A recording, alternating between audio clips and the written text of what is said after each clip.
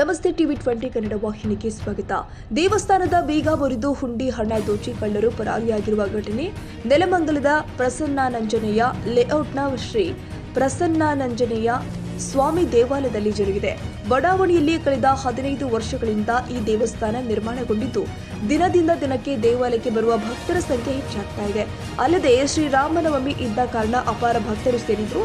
ಹೀಗಾಗಿ ಹುಂಡಿ ಹಣ ಹೆಚ್ಚಾಗಿರುತ್ತೆ ಅನ್ನೋದ್ರಿಂದಲೇ ಕಳ್ಳರು ದೇವಾಲಯದ ಬೀಗ ಮುರಿದ ಹುಂಡಿ ಹಣ ಕದ್ದೊಯ್ದಿದ್ದಾರೆ. ಬೆಳಿಗ್ಗೆ ದೇವಾಲಯಕ್ಕೆ ಅರ್ಚಕರು ಬಂದಾಗ ಪ್ರಕರಣ ಬೆಳಕಿಗೆ ಬಂದಿದೆ.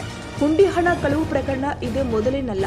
ಇದು 2ನೇ ಬಾರಿಗೆ ದೇವಸ್ಥಾನದ ಬೀಗ ಮುರಿದು ಹುಂಡಿ ಹಣ ಕಳ್ಳತನವಾಗಿದೆ.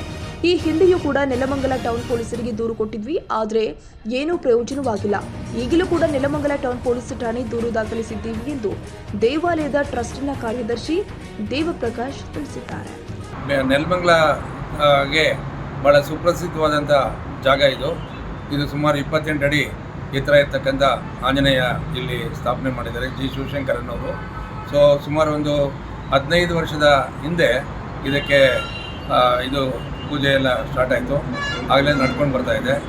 ಇಲ್ಲಿ ಎಲ್ಲ ಹುಂಡಿಗೆ ತುಂಬ ಜನ ಕಾಸೆಲ್ಲ ಹಾಕ್ತಾ ಇರ್ತಾರೆ. ಭಕ್ತಾದಿಗಳು ಹೆಚ್ಚಾಗಿ ಬರ್ತಾರೆ. ಸೊ ಅವರು ಬಂದು ದೇವರ ಕೃಪೆಗೆ ಪಾತ್ರರಾಗಿ ಪ್ರಾರ್ಥನೆ ಮಾಡ್ಕೊಂಡು ಹೋಗ್ತಾ ಇರ್ತಾರೆ. ಸುಮಾರು ಒಂದು 4-5 ವರ್ಷಗಳ ಹಿಂದೆ ಇದೇ ರೀತಿ ಹುಂಡಿಯನ್ನು ಹೊಡೆದು ಅವಾಗ ತಗೊಂಡೋಗ್ಬಿಟ್ಟಿದ್ರು. ಅದು ಆಗಲೂ ಕೂಡ ನಾವು ಪೊಲೀಸ್ ಕಂಪ್ಲೇಂಟ್ ಎಲ್ಲ ಕೊಟ್ಟಿದ್ವಿ. ಬಟ್ ಯಾರೂ ಕಳ್ಳರು ಸಿಕ್ಕಲಿಲ್ಲ ಇಲ್ಲಿವರೆಗೆ. ಆಮೇಲೆ ಅದನ್ನು ಇದು ಸ್ಟೀಲ್ದು ಮುರಿದು ಬಿಡ್ತಾರೆ ಅಂಥೇಳಿ ಕಬ್ಬಿಣದ ಒಂದು ಸ್ಟ್ರಾಂಗ್ ಆಗಿರ್ತಕ್ಕಂಥ ಇನ್ನೊಂದು ಹುಂಡಿಯನ್ನು ಮಾಡಿದ್ದೀವಿ. ಅದನ್ನು ರಾತ್ರಿ ಅದನ್ನೇನು ಟಚ್ ಮಾಡಿಲ್ಲ.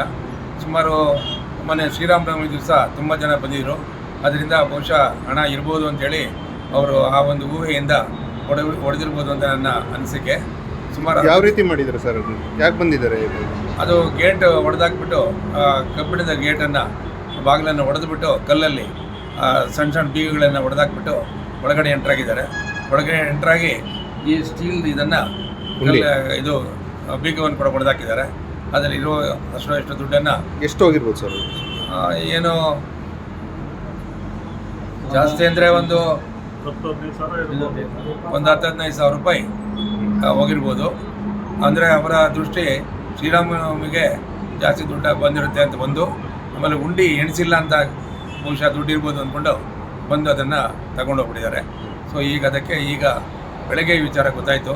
ಬೆಳಗ್ಗೆ ಓಪನ್ ಮಾಡಿದಾಗ ಸೊ ಕೂಡಲೇ ಅದಕ್ಕೆಲ್ಲನೂ ಎಲ್ಲ ಡಿಸ್ಕಸ್ ಎಲ್ಲ ಮಾಡಿ ಏನೇನು ಆಗಿದೆ ಅಂತ ಇದು ಮಾಡಿ ಈಗ ದೊಡ್ಡ ಸ್ಟ್ರಾಂಗ್ ಆಗಿರ್ತಕ್ಕಂಥ ಬೀಗಳನ್ನು ಕೂಡ ಹಾಕಬೇಕು ಅಂತ ಇದು ಮಾಡಿದ್ದೀವಿ. ಈ ಪೊಲೀಸ್ ಕಂಪ್ಲೇಂಟ್ ಕೊಡೋದಕ್ಕೆ ಹೋಗ್ತಾ ಇದೆ. ಎಲ್ಲಿ ಕಂಪ್ಲೇಂಟ್?